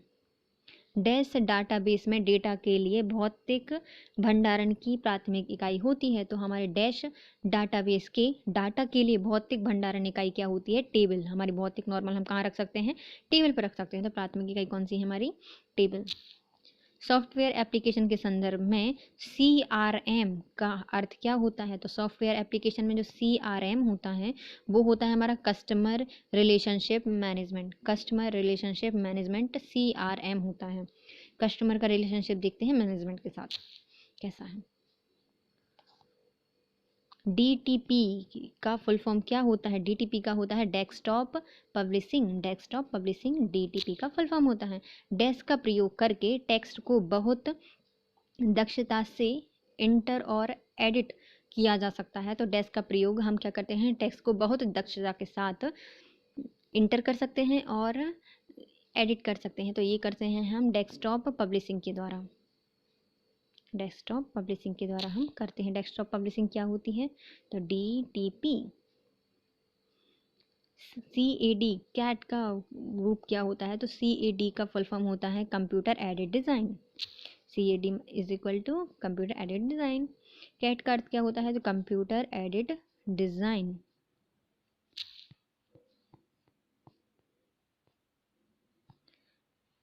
CAD का full form computer aided design. Product structures, civil engineers drawing और नक्शे के डिज़ाइन किस प्रकार के सॉफ्टवेयर का प्रयोग करते हैं, तो जो हमारे प्रोडक्ट्स होते हैं, स्ट्रक्चर्स होते हैं और सिविल इंजीनियर्स की ड्राइंग होती है, नक्शे होते हैं, इनका डिज़ाइन बनाया जाता है कंप्यूटर एडेड डिज़ाइन प्रोग्राम से।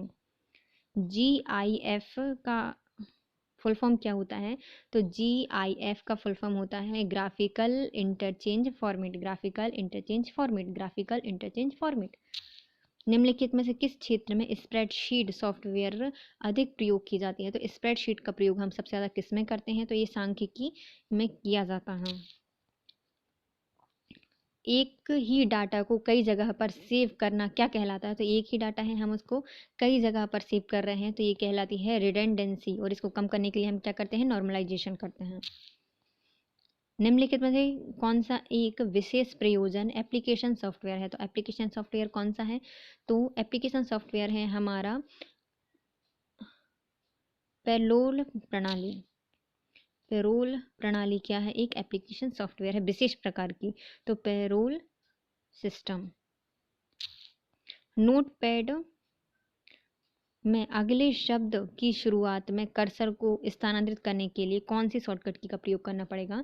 यदि हमें नोटपैड में अगले शब्द की शुरुआत में किसी कर्सर को स्थानांतरित करना है, तो हमें क्या करना पड़ेगा, हम करेंगे भैया कंट्रोल प्लस राइट एरो। तो हम क्या करेंगे, किसी भी टेक्स्ट के सबसे आगे पहुंच जाएगा, प्रारंभ में पहुंच जाएगा, तो कंट्रोल प्लस राइट एरो का प्रयोग करेंगे, अगले वर्ड के आगे पहुंच जाएगा, है ना। कंप्यूटर विज्ञान में ASP विस्तृत होता है, तो ASP का फुल फॉर्म होता है आवेदन सेवा प्रदाता। देखिए हम ये वाला देख लेते हैं। किसी नोटपैड में यदि अगले शब्द की शुरुआत में जाना है, तो हमें किस कुंजी का प्रयोग करना पड़ेगा, तो हम कुंजी का प्रयोग करेंगे कंट्रोल प्लस राइट एरो का प्रयोग करेंगे, तो अगले शब्द के प्रारंभ में पहुंच जाएगा। कंप्यूटर प्रणाली में ASP क्या होता है, तो ASP इज इक्वल टू होता है आवेदन सेवा प्रदाता। मुक्त प्रयोग किए जा सकने वाले कॉपीराइटेड सॉफ्टवेयर कौन सा होता है, तो मुफ्त में प्रयोग किए जाने वाले जो कॉपीराइटेड सॉफ्टवेयर होते हैं उनको कहा जाता है फ्रीवेयर।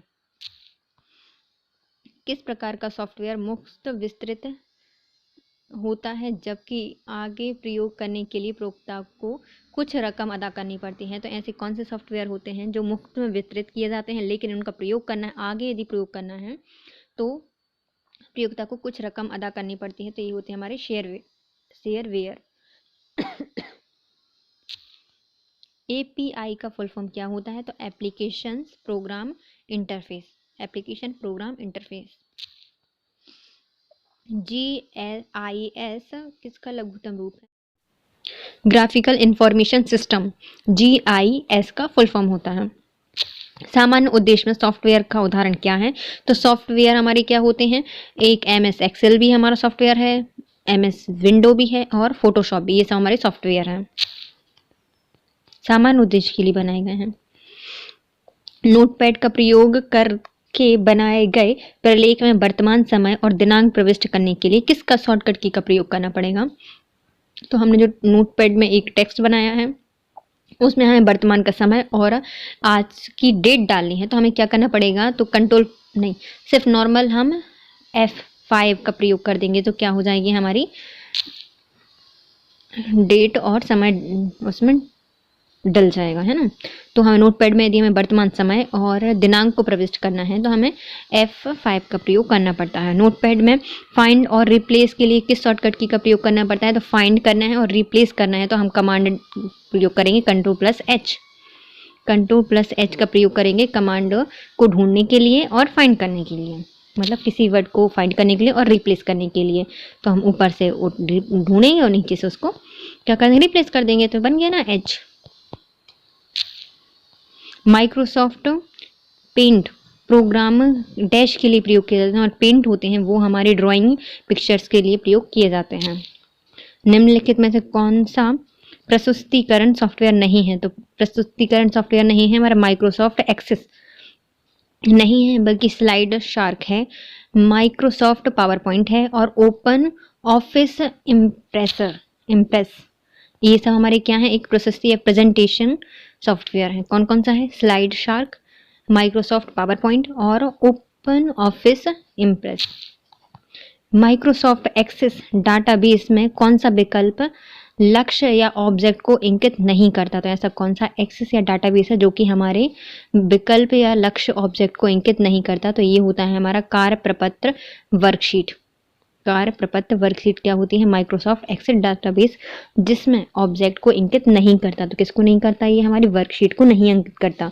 वर्क की हमारे फॉर्म या रूप को बताता है, टेबल को बताता है, मॉड्यूल्स को बताता है कि उसका मॉड्यूल कैसा है, भाग कैसा है, स्तंभ कैसे हैं और रूप कैसा है, लेकिन हमारा कार्यपत्र नहीं बताता।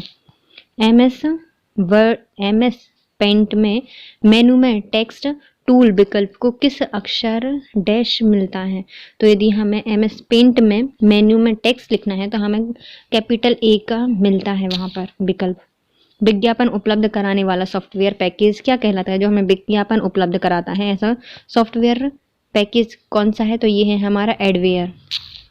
टेक्स्ट को टाइप करते समय जब सभी या सही मार्जिन का सामना करना पड़ता है तो इंस्ट्रक्शंस पॉइंट ऑटोमेटिकली टेक्स्ट की शुरुआत में वापस आ जाता है। इससे फॉर्म को क्या कहा जाता है? तो जब भी हम टेक्स्ट को टाइप करते हैं तो सही मार्जिन का सामना करना पड़ता है तो जो इंसर्ट्स हैं वो पॉइंट्स ऑटोमेटिकली कहाँ पर आ जाते हैं? टेक्स्ट की शुरुआत में आ जाते हैं। इस फॉर्म को क्या कहा जाता है? तो इसे कहा जाता है वर्ड रैप। नोटपैड में सहायता विकल्प का प्रयोग करने के लिए किस शॉर्टकट की का प्रयोग करना पड़ता है? तो हमें सहायता चाहिए तो हम हेल्प मांगेंगे तो F1 से हेल्प मिलती है। MS प्रिंट में विविध प्रकार के कितने ब्रश होते हैं? जो हमारा MS प्रिंट है उसमें होते हैं 9 प्रकार के ब्रश। एक कंप्यूटर प्रोग्राम जिसमें कंप्यूटर का प्रयोग करना आसान होता है उसे क्या कहा जाता है? तो एक कंप्यूटर प्रोग्राम जिसमें कंप्यूटर का प्रयोग करना आसान होता है उसे कहा जाता है यूटिलिटी सॉफ्टवेयर। ऑपरेटिंग सिस्टम और यूटिलिटी सॉफ्टवेयर के उस वर्ग हैं जिन्हें डैश कहा जाता है। तो ऑपरेटिंग सिस्टम और जो यूटिलिटी प्रोग्राम सॉफ्टवेयर होते हैं ये किसके वर्ग हैं? तो ये हैं सिस्टम सॉफ्टवेयर के वर्ग या फिर सिस्टम सॉफ्टवेयर के टाइप हैं, ऑपरेटिंग सिस्टम और यूटिलिटी प्रोग्राम सॉफ्टवेयर के। विंडो एक्सप्लोरर क्या है? तो विंडो एक्सप्लोरर है हमारा एक फाइल मैनेजमेंट या मैनेजर। क्या करता है विंडो एक्सप्लोरर? क्या है? हमारा एक फाइल को मैनेज करने वाला manager. Disc clean up tool एक क्या है? तो डिस्क क्लीन अप टूल्स है एक प्रकार की यूटिलिटी। तो डिस्क को क्लीन अप टूल क्या है? हमारा यूटिलिटी। डैश एक मेमोरी प्रबंधन योजना है जो कि प्रोग्रामर को मेमोरी देखने में मदद करता है। तो क्या एक ऐसी मेमोरी प्रबंधक योजना है जो कि हमारे प्रोग्राम को क्या करती है? मेमोरी देखने में मदद करती है। तो ये है हमारी विभाजन या सेगमेंटेशंस। क्या करती है? हमारी मेमोरी देखने में, प्रोग्रामर को जो मेमोरी देखने में मदद करती है क्या है? हमारा विभाजन या फिर सेगमेंटेशन। एक यूटिलिटी सॉफ्टवेयर प्रोग्राम जो मेमोरी के अनावश्यक फॉर्मेट्स को पहचानने और उसे डिस्क स्पेस को पुनर्व्यवस्थित करता है ताकि ऑपरेशन इष्टतम ढंग से हो सके। इन्हें क्या कहा जाता है? तो इन्हें कहा जाता है डिस्क डिफ्रेगमेंटर।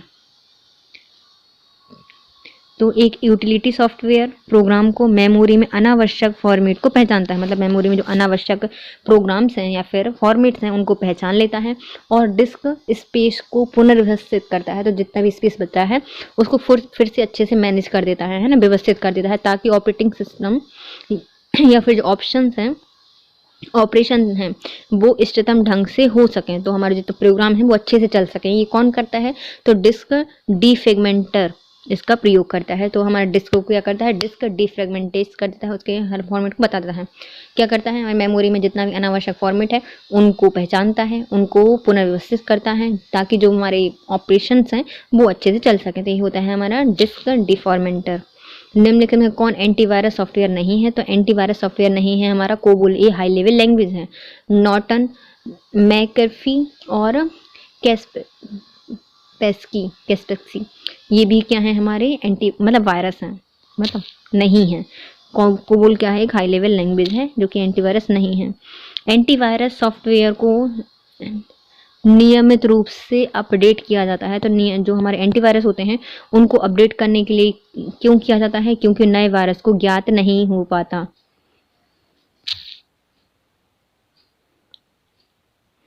यदि हम उसको अपडेट नहीं करेंगे वो नए वायरस को नहीं पहचान पाएंगे। और इनमें से कौन कौन से एंटीवायरस हैं? तो नॉर्टन एक एंटीवायरस है, मैकफी एक एंटीवायरस है और कैस्पेसी भी एक एंटीवायरस है। एक मालवेयर जो गुप्त रूप से उपयोगकर्ता के बारे में उसकी सहमति के बिना उसकी जागृति मतलब जानकारी एकत्रित करता है वो होता है स्पाईवेयर। स्पाई की तरह काम करता है। निम्नलिखित में कौन सा यूटिलिटी या फिर प्रयोगकर्ता सॉफ्टवेयर का प्रयोग नहीं है? तो कौन सा एक यूटिलिटी उपयोगिता सॉफ्टवेयर का उपयोग नहीं है? तो वो है हमारा ब्राउज़र। यूटिलिटी उपयोगकर्ता सॉफ्टवेयर का प्रकार नहीं है ब्राउज़र, बल्कि एंटीवायरस है, बैकअप सॉफ्टवेयर है और डिस्क टूल्स है, लेकिन हमारा ब्राउज़र नहीं होता। निम्नलिखित में से कौन सा उपयोगकर्ता स्पाई मतलब सॉफ्टवेयर नहीं है? तो उपयोगकर्ता सॉफ्टवेयर नहीं है ये हमारा नोटपैड। एंटीवायरस एक सॉफ्टवेयर उपयोगकर्ता है, यूज़र सॉफ्टवेयर है ना, फाइल्स प्रबंधक है और डिस्क डिफ्रेगमेंटर है। यूटिलिटी सॉफ्टवेयर कौन सा नहीं है? ब्राउज़र नहीं है और नोटपैड नहीं है। एंटीवायरस, बैकअप सॉफ्टवेयर, फाइल प्रबंधक और डिस्क डिफ्रेगमेंटर ये सब क्या होते हैं? हमारे यूटिलिटी सॉफ्टवेयर होते हैं। इसके साथ हमारी ये वाली सीरीज होता है कंप्लीट गाइस। यदि आपको वीडियो थोड़ा सा भी यूजफुल लगा है तो प्लीज़ पहले वीडियो को लाइक कीजिए, कमेंट कीजिए, शेयर कीजिए और चैनल को सब्सक्राइब कीजिए। Thank you so much guys, have a nice day.